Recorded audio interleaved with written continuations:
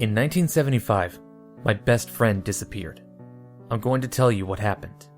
It won't take long because the story is a short one, but that's a necessity of the facts. Quite simply, there aren't many. Here they are. His name was James Wade. He was 13 years old. One night, he went to bed and the next morning, he wasn't there. The front door was open and James was gone. The house, as far as anyone can tell, hadn't been broken into and there were no signs of a disturbance. James wasn't a troubled child and his parents were decent, loving, and hardworking. They all lived together in a nice middle-class neighborhood in the suburbs. No one ever saw him again. The police had no leads, no clues, and no suspects. The story pretty much starts and ends there. Pretty much, but not quite. James disappeared on Wednesday night. I saw him in school earlier that day, and he told me that the previous night, something had woken him up in the early hours of the morning. Exactly what, he couldn't say. It was late November, and when he'd gone to bed, the wind had been shrieking with a vengeance. But when he woke up, everything was deathly still. Maybe the sudden quiet woke him up. Sleep is strange like that. However, when he did wake, he woke with a crawling sense of dread, like he'd just surfaced from a nightmare. And as he lay there, with his heart pounding in his chest and the silence pounding in his ears, he heard something. Faint at first. The low, heavy growl of a diesel engine. Somewhere close and getting closer.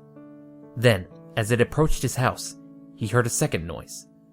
It took him a moment to realize it was a horn, beeping gently like someone taking care not to wake the whole street, tapping out a friendly rhythm. A kind of toot toot toot toot. But it was a horrible noise, James said. Tortured and unnatural, like the honking of a dying goose. He crept to the window and looked outside.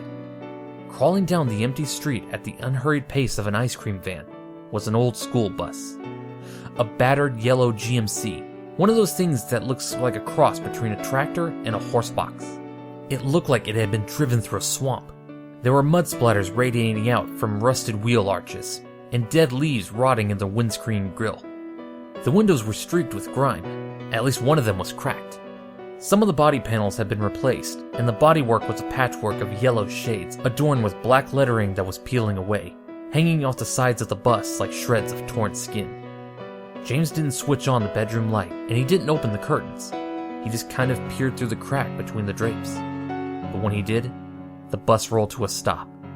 It stood there for a few moments, idling in the center of the road. Then, its headlights flashed. By now, James's skin was crawling in terror.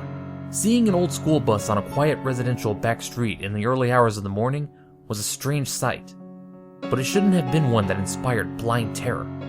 But it did. James could sense that something was very wrong. He dived back into bed and pulled the sheets over his head. He lay there for a while with his heart beating.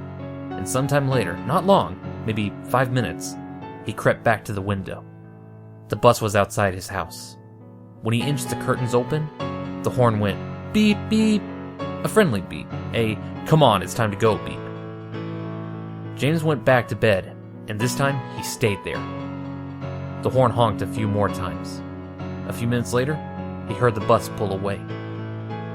On Wednesday morning, when I saw him in school, James had black bags under bloodshot eyes. He claimed that he hadn't slept a wink. He was clearly distressed.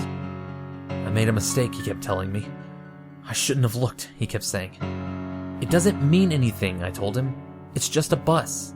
But nothing I said seemed to reassure him. I shouldn't have looked, he kept saying. And that's where my story ends. Me and James went our separate ways at the end of the school day, and I never saw him again. And that's it. No big reveal, no explanation, no twist, no climax, nothing. Unfortunately, life is like that. Loose ends and unanswered questions. I'm in my 50s now. Sometimes I get nightmares. Sometimes they're the same and sometimes they're different. But even when they're different, they're just variations on a theme. Here's one. It's late at night. My car has blown a tire. I'm fixing it by the side of the road and I hear an engine. It gets closer and closer until I'm shielding my eyes from the glare of oncoming headlights. A school bus rolls by. As it passes me, I see a kid in the back window, banging on the glass and screaming something that's lost in the roar of the GMC's huge diesel engine. It's James. He hasn't aged a day. Now, I'm not a superstitious man. There's nothing in the story that can't be explained rationally. Maybe the bus had nothing to do with James's disappearance. Hell, maybe there was no bus. Maybe he dreamt the whole thing. Even so, I've got 2 children of my own, and when they were young, I told them an embellished version of this story. A story about an old school bus that cruises the streets at night. It moves slowly like a stalking cat, its horn honking gently, a siren song to curious children, and if any children get out of bed, go over to the window and look outside, the bus will roll to a stop. The next time they look out the window, it will be parked outside their house. Soon after, maybe even the same night, that child will disappear without a trace. I told him that sometimes you can see the bus during the day, but during the day, it can't hurt you. During the day, it just travels from town to town. Sometimes adults see it too. It can't hurt adults. Or maybe it can. It just doesn't want them.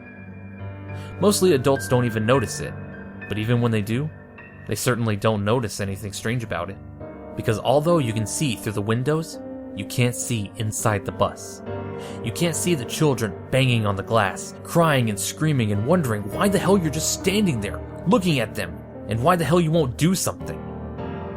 You can't see the children who gave up hope long ago, and now just sit there, staring into space or sobbing into their laps. The children never get old, and the bus never stops. My children cried and wouldn't sleep for a week. My wife was livid. But I didn't care. I'm not saying what I told my children is true. It's a bastardized version of what James told me with gaps filled in by my nightmares. Nevertheless, it seemed important to me that my children know that if they are ever lying in bed, and if they ever hear the sound of an engine and a honking horn, they ignore it.